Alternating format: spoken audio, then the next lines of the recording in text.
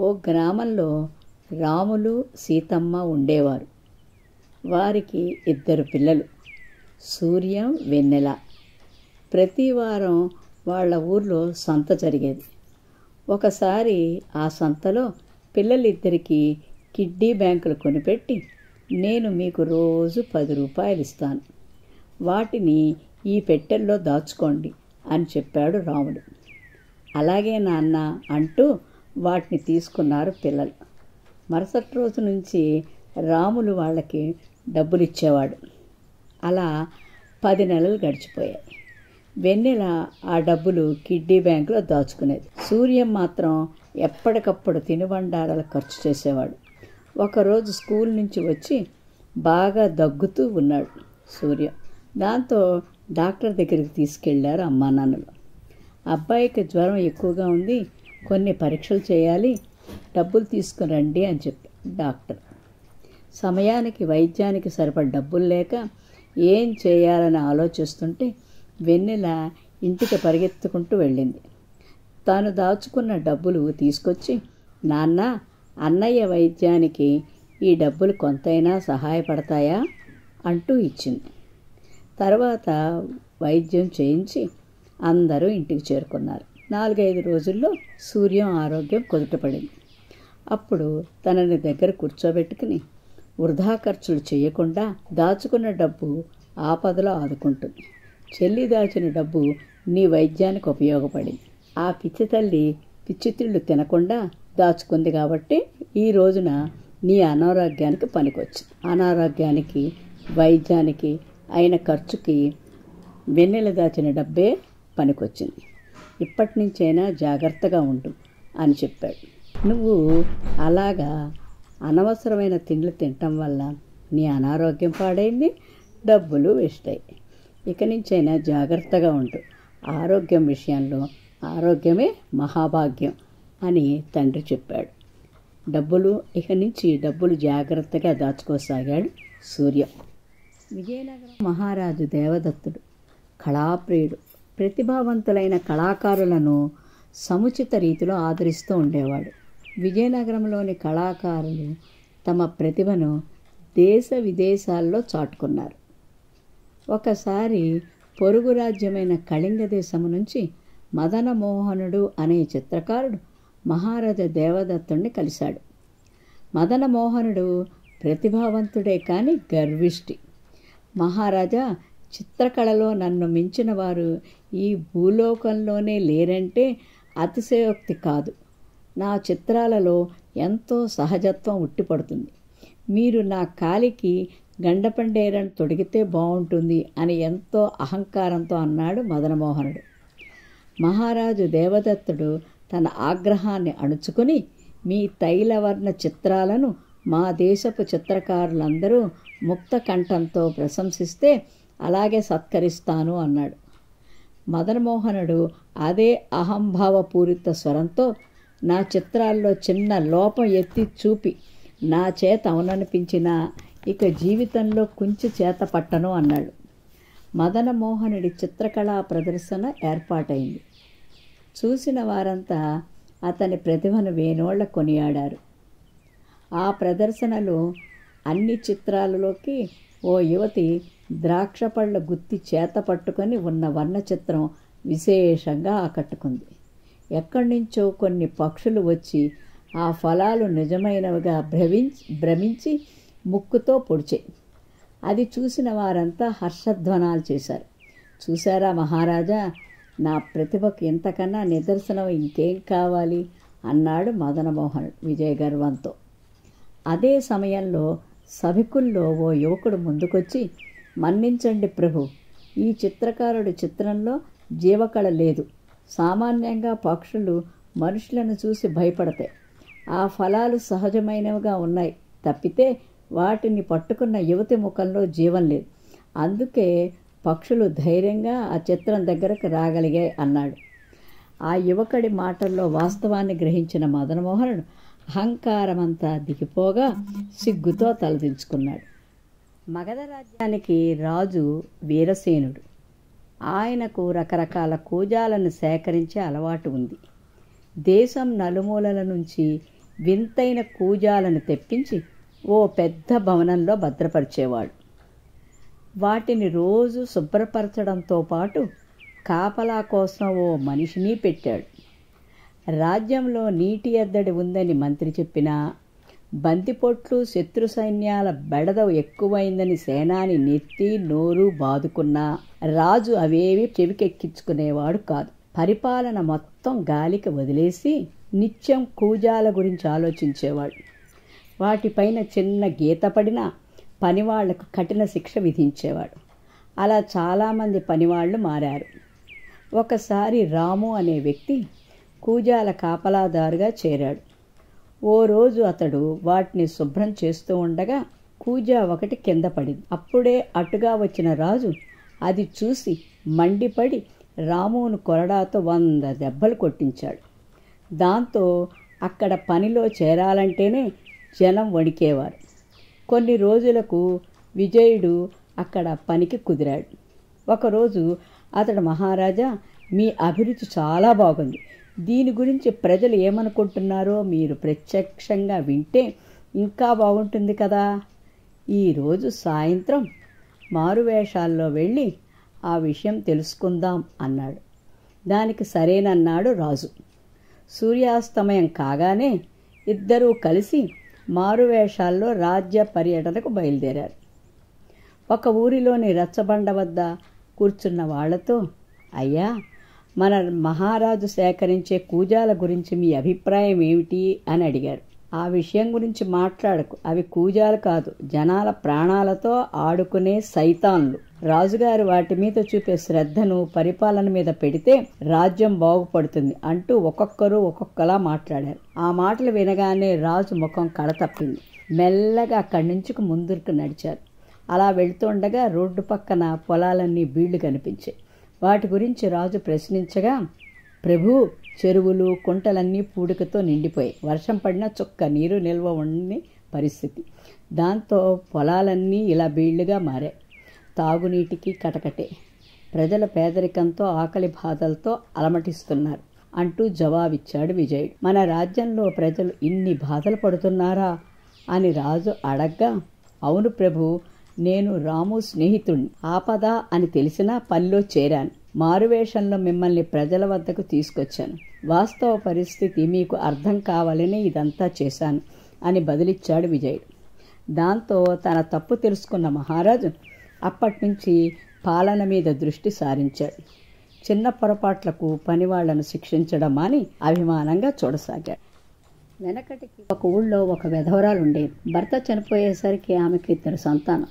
పెద్ద కొడుకు, చిన్నది కూతురు. ఆమెకు పెత్తనమంటే చాలా సరదా. పైగా నోరు మంచిది కాదు. ఆమె గయ్యాళితనం ఆ చుట్టుపక్కలంతా పేరు మోగిపోయింది. అలా ఉండగా కొడుకు పెరిగి పెద్దవాడయ్యాడు. త్వరగా కొడుక్కి పెళ్లి చేసి కోడలను రప్పించుకుని పెత్తనం సాగించాలని ఆమెకు తొందర కలిగింది. కానీ ఆ గయ్యాళికి తమ పిల్లను కోడల్ని చేయటానికి ఏ తల్లిదండ్రులు ఒప్పుకుంటారు? పాపం ఆమె చాలా ప్రయత్నం చేసింది. కానీ ఒకరు తమ పిల్లనిస్తానని ముందుకు రాలా. చివరికి ఎలాగో ఆమె బంధువుల్లో ఒకరు తమ పిల్లనివ్వటానికి ఒప్పుకున్నారు. పిల్లను చూడటానికి విధవరాలు బయలుదేరింది. పిల్లను చూసుకుని సంబంధం ఖాయం చేసుకుంది. తర్వాత పిల్ల తల్లితో ఆ మాట ఈ మాట మాట్లాడుతూ, ఏమండి, మన అమ్మాయికి తినటానికి ఏమంటే ఎక్కువ ఇష్టం అండి అని అడిగింది విధవరాలు. మా అమ్మాయికి ఆవకాయ అంటేను అప్పడాల పిండి అంటేను తగిన ఇష్టం అండి. ఇప్పటికైనా నేను ఎప్పుడైనా అప్పడాలు వతుదామని అంటే దగ్గర పెట్టి కూర్చుంటే అటొచ్చి ఇటొచ్చి కాస్త మొత్తం మీద నేను అప్పడాలు వత్తటం పూర్తయ్యేసరికి 10 అప్పడాలకు సరిపోయే పిండి అయినా కాజేసి తింటుంది అని చెప్పింది. కాబోయే వియ్యపురాలు, కాబోయే కోడలు ప్రక్కనే నుంచుని ఇది విన్నది. అత్తగారు తనకిష్టమైనవి చేసి పెడుతుంది కావోలు అని మురిసిపోయింది. ఒక సుముహూర్తాన్ని వివాహం జరిగింది. కొంతకాలానికి కోడలు కాపురానికి వచ్చింది. అత్త ఎంత గయ్యాడితో అంత పీనాసి కూడా. కోడలు కాపురానికి వచ్చిన తర్వాత తను కొడుకు కూతురు రోజు ఆవకాయ వేసుకుని తినేవారు. కానీ కోడలికి మాత్రం ఒక పూట కూడా ఆవకాయ వేసేది కాదు. అంతేకాదు, కోడలు కూర్చున్నా తప్పే, నుంచున్నా తప్పే, శుభ్రమైన బట్ట కట్టుకున్నా తప్పే, ఒక పూలు పెట్టుకోవడానికి లేదు, ఒక పండగ చేసుకోవడానికి లేదు, ఆఖరికి మొగుడు కోడలతో అత్త వింటుండగా మాట్లాడడానికి కూడా కోడలు హడలు పడిపోయేది. పాప ఆ పిల్ల మొగుడు కూడా తల్లి చేతిలో కీలుబొమ్మలా ఆడేవాడు. అలాగే అష్ట కష్టాలు పడుతూ ఎలాగో కాలం వెళ్ళబుచ్చుతోంది కోడలు. అలా 4 ఏళ్లు గడిచాయి. విధవరాలు కూతురికి కూడా పెళ్లి ఈడు వచ్చింది. ఆ పిల్ల అదృష్టాన త్వరలోనే ఒక సంబంధం కుదిరింది. పెళ్లికి ముహూర్తం కూడా పెట్టుకున్నారు. పెళ్లి ఇంకా 4 రోజులు ఉందనగా అత్త కోడల చేత అడ్డమైన చాకరీ చేయించి పెళ్లికి కావలసిన పచ్చళ్ళు పెట్టించింది. కానీ ఆవకాయ అప్పడాలు మాత్రం తనే పెట్టాలని నిశ్చయించుకుంది అత్త. కోడలికి ఆ 2 అంటే ఇష్టం కదా, అందుచేత కోడలు ఆ 2 రుచికి చూడకుండా చెయ్యాలని ఆ గయ్యాళి పట్టుదల. ఆ రోజు ఆవపిండి చేతులు మంటలు పుట్టడానికైనా ఓర్చుకుని అత్త తనే ఆవకాయ పూర్తి చేసింది. అప్పడాలు తయారు చేయటం మర్నాడు తనకే అట్టే పెట్టుకుంది. ఆ సంగతి అంతా కోడలు చూస్తూనే ఉంది. ఆ రాత్రి కోడలు మొగుడుతో ఇలా మాట్లాడుతుంది. ఏమండి, మీ అమ్మగారు మరీ ఇంత చుప్పనాద్దేమండి, పచ్చళ్ళ పెట్టడానికి నా చేత అడ్డమైన చాకరీ చేయించుకుంది. తీరా ఆవకాయ పెట్టాల్సి వచ్చేసరికి నాకు అప్ప చెప్తే నేనెక్కడ రుచి చూసేస్తానో అని ఆమె స్వయంగా ఈవేళ ఆవకాయ పెట్టింది. రేపు అప్పడాలు ఒత్తబోతున్నారు. నాకు అప్పడాల పిండి అంటే తగనిష్టం. ఆవకాయ పెళ్లిలో నలుగురితో పాటు నాకు వడ్డిస్తారేమోనని ఆశపడుతున్నాను. కానీ రేపు అప్పడాలు ఒత్తేసి తర్వాత ఒక్క పెసరైనా నాకు మిగలదే ఎలాగండి అని అడిగింది. ఏమో నాకు తెలియదు, నీ ఇష్టం వచ్చినట్టు అఘోరించు అని విసుక్కున్నాడు భర్త. అయితే నాకు ఒక ఉపాయంతో వచ్చింది, అలా చేస్తాను. రేపు అప్పడాల పిండి రోట్లో మీ అమ్మగారు తొక్కిన తర్వాత రోలు కడగవలసిన పని నాదే కదా. మన రోలు కూడా మొన్ననే కక్కు కొట్టించాం కదా, అక్కడక్కడ కొంచెమైనా పిండి ఇరుక్కుని ఉండకపోదు. ఆ పిండి గీక్కుని తింటాను. ఇక తప్పదు, నాకు ఆ పిండి దక్కే మార్గం కనిపించట్లేదు అని చెప్పింది కోడలు. ఆ సంభాషణ అంతా ఆ ప్రక్క వసారాల్లో పడుకున్న అత్త విన్నది. హరి, దీని తస్సా గొయ్యా, ఇదా దీని ఆలోచన, నేనేనా తెలివి తక్కువ దాన్ని అనుకుంటూ అత్త ఒక్కసారిగా లేచి వంటింట్లోకి వెళ్ళింది. ఆ రాత్రికి రాత్రి అప్పడాల పిండి రోట్లో తొక్కింది. తర్వాత రోలు కడిగి పారేస్తాను, ఇక అది గీరుకు తినేదేమిటి అని రోలు కడగబోయింది. కానీ ఆమె పీనాల్సింది కదా, అంచేత రోట్లో ఇరుక్కున్న పిండి తనే గీరుకుంటే మరో అప్పడానికైనా రాకపోతుందా అనిపించింది. అలా గీకుతుండగా పిండి రాకపోగా గొరకల్లో గోరు చుట్టుకుని చిగురు అంటి భగభగా మంట పుట్టడం మొదలుపెట్టింది. ఇది కాదు పద్ధతి. రోట్లో పిండి కాస్త వేస్తే నాకుతాను, దాంతో నా కడుపు నిండినట్టు అవుతుంది, దాని కడుపు ఎండినట్టు అవుతుంది అని ఆలోచన తట్టింది అత్తకి. అంత చక్కటి ఆలోచన తట్టిందన్న సంతోషంలో అత్త తల ఒక్కసారి రోట్లో దూర్చింది. అసలే బోడుగుండేమో ఒక్కసారిగా ఇరుక్కుపోయింది. పాప ఏం చేస్తుంది, పోనీ అరుద్దామంటే దవడలు కదపడానికి కూడా వీలు లేకుండా ఇరుక్కుపోయింది. పాప మూలుగుతూ అలాగే ఉండిపోయింది. కానీ ఎవరు విన్నారు? ఆమె మూలుగు కొడుకు గాఢ నిద్రపోతున్నారు. తెల్లవారుతుందని పాచి పని చేసి ఏనాది సుబ్బమ్మ అమ్మగారు అంట్లెయ్యండి అంటూ అత్త ఇరుక్కున్న రోడ్డు దగ్గరకు వచ్చింది. అది చూసి కొడుకుని కోడల్ని ఏనాది కేకపెట్టి లేపింది. వాళ్ళు వచ్చి చూచి తెల్లబోయారు. ఇద్దరూ చేరి చాలా ప్రయత్నించారు, కానీ లాభం లేకపోయింది. ఎప్పుడు ఏనాదిది అయ్యగారు, మీరు ఒక్క పాలిగా ఎగిరి అమ్మగారి నడ్డు మీద సతికిల పడండి, తల దానంతట అదే వచ్చేస్తుంది అని సలహా ఇచ్చింది. సరే, కొడుకు అలాగే చేశాడు. ఒక్కసారిగా యువతల పడింది. మొహం వాపు నడ్డి తోపుతో పెళ్లి అయిపోయేదాకా ఆమె లేవలేదు. ముసుగు పట్టుకుని పడుకుంది. ఒక రోజున నిండు సభలో అక్బర్ బీర్బల్ని అడిగాడు. బీర్బల్, ఒకవైపు న్యాయం, మరొక వైపు బంగారు నాణ్యం, ఈ రెండిటిలో నువ్వు దేన్ని స్వీకరిస్తావు? జహాపనా, నేను బంగారు నాణ్యాన్నే స్వీకరిస్తాను చెప్పాడు బీర్బల్. అది విని అక్బర్ దిగ్భ్రాంతి చెందాడు. ఏమిటి, నువ్వు న్యాయానికి బదులు బంగారు నాణ్యాన్ని తీసుకుంటావా అంటూ కోపంగా ప్రశ్నించాడు అక్బర్. అవును ప్రభు అన్నాడు బీర్బల్. సభలో ప్రజలు, మంత్రులు, ఉన్నతాధికారులు బీర్బల్ సమాధానం విని ఆశ్చర్యపోయారు. తనకు గల డబ్బు ఆశను చాటుకొని బీర్బల్ తన నిజస్వరూపాన్ని ప్రదర్శించాడంటూ ఒకరి ముఖాలు ఒకరు చూసుకున్నారు. బీర్బల్ పట్ల అక్బర్ చూపుతున్న అభిమానానికి మంత్రులు, అధికారులు చాలా కాలం నుంచి అసూయపడుతున్నారు. అక్బర్ ముందు అతన్ని అవమానపరిచి ఆయన ఆగ్రహానికి అతడు ఎలాగైనా గురి అయ్యేలా చూడాలని వాళ్ళు గతంలో ఎన్నో ప్రయత్నాలు చేశారు. ఒక్కటి ఫలించలేదు. ఇప్పుడు తమ ప్రయత్నం లేకుండానే బీర్బల్ అక్బర్ ఆగ్రహానికి గురయ్యాడు. బీర్బల్, నా సేవకులలో ఎవరైనా ఇటువంటి అభిప్రాయం చెప్పి ఉంటే నేనంత ఆశ్చర్యపడేవాణ్ణి కాదు. అయితే నీ అభిప్రాయం నువ్వు ఈ విధంగా చెప్పడం నాకు ఆశ్చర్యమే కాక ఆవేదన కూడా కలిగిస్తోంది. నీకంత ధనకాంక్ష ఉందని నేనెప్పుడూ ఊహించలేదు అన్నాడు అక్బర్. జహాపనా, తమకు ఏది లేదో అదే కావాలని ఎవరైనా అడుగుతారు. మన దేశంలో ప్రతి ఒక్కరికి న్యాయం చేకూరుతోంది తమ న్యాయ పరిపాలనలో. ఇది తమకు తెలిసిన విషయమే. నాకెప్పుడు మీ పాలనలో న్యాయం లభిస్తూనే ఉంది. అయితే నాకు లభించనిదల్లా తగినంత ధనం.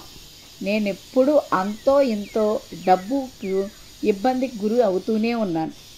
అందువల్ల బంగారు నాణెం కావాలని కోరుకున్నాను. బీర్బల్ చెప్పింది విని అక్బర్కు చాలా ఆనందమైంది. ఆయన వెంటనే బీర్బల్కు ఒక బంగారు నాణెం కాదు 1000 బంగారు నాణాలు బహుమతిగా ఇచ్చాడు. ఇది చూసిన సభలోని అసూయపరులు మొహాలు చిన్నబోయాయి. ఒక అడవిలో ఒక పెద్ద చెరువు ఉండేది. చెరువు గట్టున ఒక మర్రి చెట్టు ఉండేది. ఆ మర్రి చెట్టుపై చాలా కాలం నుండి హంసలు నివసిస్తూ ఉండేవి. ఉదయం అంతా నీళ్లలో హాయిగా తిరుగుతూ రాత్రి చెట్టుపై చేరి హాయిగా కాలం గడుపుతూ ఉండేవి ఆ హంసలు. కొద్ది కాలం తర్వాత చుట్టూ చెరువులు ఎండిపోవడంతో హంసలు నివాసం ఉండే పెద్ద చెరువు దగ్గరకు ఆ చుట్టూ ప్రాంతంలో ఉన్న కొంగలు చేరాయి. అవి కూడా పగలంతా చెరువులో చేపల్ని వేటాడి రాత్రికి హంసలు కూర్చునే మర్రి చెట్టు ఎక్కి కూర్చున్నాయి. హంసలు కొంగలు నివాసాన్ని ఎదిరించలేదు. ఇలా కొన్నాళ్ళు గడిచిన తర్వాత అదే మర్రి చెట్టుపై ఆ చుట్టూ ఉన్న తోటలు ఎండిపోవడంతో ఆ ప్రాంతంలో సంచరించే చిలకలు కూడా అదే మర్రి చెట్టును తమ నివాసంగా మార్చుకున్నాయి. ఈ విధంగా హంసలు, కొంగలు, చిలకలు మర్రి చెట్టుపై అన్యోన్యంగా కాలం గడుపుతున్నాయి. పగలు ఎంతకు వారు తమ ఆహార అన్వేషణకు వెళ్ళి రాత్రి అయ్యేసరికి అన్నీ ఆనందంగా గూళ్ళు చేరాయి. ఇలా కొద్ది కాలం గడిచిన తర్వాత వాటిలో జాతి భేదం ఆలోచన వచ్చింది. ఏ జాతికి ఆ జాతి తమ ఉన్నంత కాలం మనమే ఉన్నతలం అనే అహంకారం పెరిగిపోయింది. తమ తమ జాతుల గొప్పతనాన్ని చాటుకోవాలని, అలా తమను ఒక త్రాటిపై నడిపించుకోవటానికి తమకు ఒక నాయకుడు ఉండాలనే ఆలోచన కలిగింది. అందుకై అవి తమ తమ నాయకులను ఎన్నుకున్నాయి. హంస జాతికి హంసేశుడు, కొంగల జాతికి కొంగేశుడు, ఇలా చిలకల జాతికి చిలకేశుడు నాయకులుగా ఎన్నికయ్యారు. ఈ నాయకుల ఆలోచన ఒక్కటే. అది తమ తమ జాతుల బల ప్రదర్శన ద్వారా మిగతా జాతుల పక్షులను వెళ్ళగొట్టాలని వారికి వారే దురాలోచన ప్రారంభించారు. వారి ఆలోచనలకు తగ్గట్లు తమ సంఖ్యాబలాన్ని పెంచుకోవాలనే నిర్ణయానికి వచ్చారు. అందుకై హంసేశుడు, కొంగేశుడు మరియు చిలకేశుడు ఉదయాన్నే లేచి తమకు సమీపంలోని అడవంతా తిరిగి తమ తమ జాతుల పక్షులను సమీకరించడం ప్రారంభించాయి. ఆయా జాతుల పక్షులను పిలిపించుకొని వాటన్నిటినీ అదే మర్రి చెట్టుపై నివాసం ఉండేటట్లు ప్రాధేయపడ్డారు పక్షులంతా. పక్షి నాయకుల కోరిక మేరకు మిగతా పక్షులన్నీ జాతి అభిమానంతో ముందు వెనక ఆలోచించకుండానే ఒకే మర్రి చెట్టుపైకి తమ నివాసం మార్చడం ప్రారంభించాయి. మర్రి చెట్టుపై పక్షుల సంఖ్య రోజు రోజుకు బాగా పెరిగిపోయింది. కనీసం అవి ఒకరిని చూసి ఒకరు అసహ్యించుకునే పరిస్థితి ఏర్పడింది. ఇక లాభం లేదని గ్రహించి పక్షి నాయకులు ప్రత్యక్ష యుద్ధానికి సిద్ధపడ్డారు. సాయంత్రం అయ్యేసరికి పక్షులన్నీ యుద్ధానికి సిద్ధమయ్యాయి. ఒకరికొకరు ముక్కుతో పొడుచుకోవడం ప్రారంభించాయి. ఒళ్ళంతా రక్తాలతో తడిసిపోయాయి. అయినా అవి యుద్ధం ఆపలేదు. చివరికి రాత్రి పగలు ఎడతెరిపి లేకుండా కొట్లాటకు దిగాయి. అడవంతా ఆ పక్షుల అల్లరితో మారుమ్రోగింది. పక్షుల అల్లరి ఆ చుట్టుముట్టు సంచరించే వేటగాళ్ల చెవిన పడింది. వేటగాళ్ళు పక్షుల కొట్లాట్లు చూసి ఆశ్చర్యపోయారు. అదే అదనుగా తీసుకుని వారు వలలు వేసి హంసలను, కొంగలను, చిలకలన్నింటినీ బంధించి ఊళ్ళోకి తీసుకుపోయి అమ్ముకున్నారు. ఇక చెట్టుపై ఏ అల్లరి లేదు. మర్రి చెట్టు మౌనంగా ఉండిపోయింది రక్తపు మరకలతో. జాతి దురహంకారం, దురాలోచనతో పక్షులన్నీ తమ ఉనికిని పోగొట్టుకున్నాయి. జాతి వేరైన జీవులొక్కడే అన్న ఆలోచన వాటికి లేకపోవడం వల్ల ఎంత నష్టం జరిగిందో దీన్ని బట్టి మనకి దురాలోచన ఉండకూడదు. ఒకరోజు రఘు తన తండ్రితో పాటు ఒక కొండ ప్రాంతంలో నడుస్తూ వెళ్తున్నాడు. రఘు అడిగే చిలిపి ప్రశ్నలకు అతని తండ్రి ఓపికగా నింపాదిగా సమాధానం చెప్తున్నాడు. అంతలో ఒక రాయి తగిలి రఘు కింద పడిపోయాడు. దెబ్బ బాగా తగలడంతో అమ్మా అని అరిచాడు. అతను అరవకున్నా మరోసారి అమ్మా అని శబ్దం వినపడంతో ఆశ్చర్యపోయాడు. ఆ శబ్దం కొండల్లోంచి రావడాన్ని గమనించాడు. ఆశ్చర్యాన్ని తట్టుకోలేక రఘు ఎవరు నువ్వు అని అడిగాడు, శబ్దం వినిపించిన వైపు చూస్తూ. ఎవరు నువ్వు? మరలా ఆ గొంతుకు పలికింది. రఘు మళ్ళీ కొంచెం గట్టిగా, నీకు ధైర్యం ఉందా అని అరిచాడు. అదే మాట ముందు కంటే గట్టిగా అతనికి వినిపించింది. ఆ మాట విని కోపం పట్టలేకపోయే రఘు, పిరికి పందా అని నరాలు బిగబట్టి మరింత గట్టిగా అరిచాడు. అదేవిధంగా మరింత గట్టిగా పిరికి పందా అని వినిపించింది. ఇక లాభం లేదనుకున్న రఘు తండ్రితో, నాన్న ఏంటిది, ఎవరు నాన్న అక్కడ అని అడిగాడు తండ్రి. తండ్రి నవ్వుతూ, కొంచెం ఓపిక పట్టు అంటూ, నువ్వు ఛాంపియన్వి అన్నారు గట్టిగా. నువ్వు ఛాంపియన్వి అనే శబ్దం మళ్ళీ వినిపించింది. ఆశ్చర్యపోయిన రఘుకి ఏం జరుగుతుందో అస్సలు అర్థం కాలేదు. రఘు తండ్రి అతనికి ఇలా చెప్పాడు, దీన్ని ప్రతిధ్వని అంటారు. జీవితం కూడా ఇలాంటిదే. నువ్వు ఏది పలికినా, ఏది చేసినా దాని ప్రతిఫలం నీకు తప్పక లభిస్తుంది. మన జీవితం మనం చేసే పనులకు ప్రతిబింబం వంటిది. ప్రపంచంలో ప్రేమ, శాంతి వికసించాలి.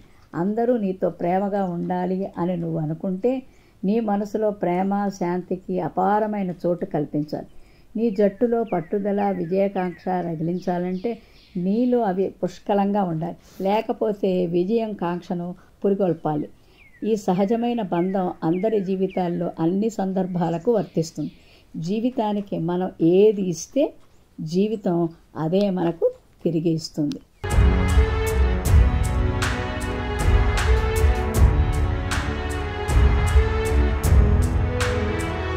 మీరు మరిన్ని వీడియోలు చూడాలంటే మన ఛానల్ను సబ్స్క్రైబ్ చేయండి. పక్కనున్న బెల్ ఐకాన్ని ప్రెస్ చేయండి.